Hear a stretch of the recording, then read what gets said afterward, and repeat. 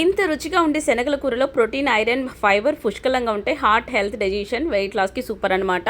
ముందుగా శనగలు 8 గంటలు నానబెట్టుకొని ఉడకపెట్టుకోవాలి. ఉడకపెట్టిన తర్వాత అవి పక్కన పెట్టేసి ఉప్పేసి ఉడకపెట్టుకోండి. తర్వాత జీలకర్ర, సోంపు, మిరియాలు, యాలకులు, ఇంకా లవంగ, దాల్చిన చెక్క వేసి మంచి ఫ్లేవర్ బయటకు వచ్చాక ఒక 2 ఉల్లిపాయలు, 2 పచ్చిమిర్చి ఇలా చీలికలుగా కట్ చేసుకొని వేసుకొని ఒక 2 టమాటాలు ఇవన్నీ మంచిగా మెత్తగా ఉడికించుకోవాలి ఫ్రెండ్స్. చాలా బాగుంటుంది ఈ కర్రీ. చూసండి, ఒకసారి బాగా కలిపేసి పక్కన పెట్టుకోవాలి, చల్లారించాలి.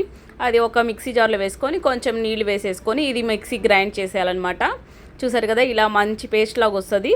ఇప్పుడు స్టవ్ ఆన్ చేసుకొని మళ్ళీ కడాయి పెట్టుకొని దాంట్లో కొంచెం బటర్, ఇంకా వచ్చేసి నేను కొద్దిగంత ఆలివ్ ఆయిల్ తీసుకున్నాను. ఆయిల్ తీసుకోండి, ఏదైనా పర్లేదు. ఆయిల్ తీసుకున్నాను, కొంచెం కొద్దిగా బటర్, కొద్దిగా ఆయిల్, కొంచెం జీలకర్ర, ఒక రెబ్బ కరివేపాకు.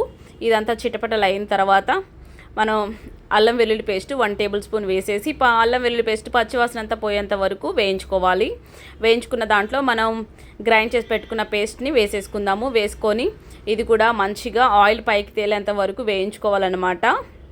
దాంట్లో మిక్సీ జార్లో కొద్దిగంత వాటర్ వేసేసుకొని చక్కగా మొత్తం కలిపేసుకోవాలి. గరిటెతో మూత పెట్టేసి 2 నిమిషాలు ఉంచి ఆ తర్వాత మీడియం ఫ్లేమ్లో చేసుకోండి. కర్రీ అనేది సూపర్ టేస్టీగా ఉంటుంది. ఇలా బబుల్స్ వచ్చాక దీంట్లో ఉప్పు, పసుపు, కారం, కొంచెం ధనియాల పౌడర్, అలాగే కొంచెం garam masala 1 table spoon add చేసుకోండి, సరిపోతుంది 1 బౌల్ శనగలకి. అలాగే 1 టీ గ్లాస్ అంతా వాటర్. అవన్నీ మసాలా అంతా ఫ్రై అయిన తర్వాత వాటర్ వేసేసుకొని మరొక 2 నిమిషాలు మూత పెట్టేసేద్దాము.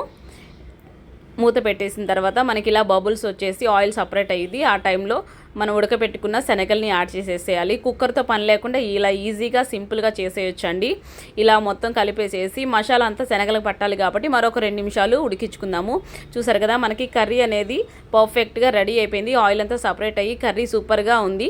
ఇదే టైంలో కొంచెం బటర్ కూడా వేసేసుకుంటే చాలా tasty and simple curry ready అయిపోయింది. Like, share and subscribe.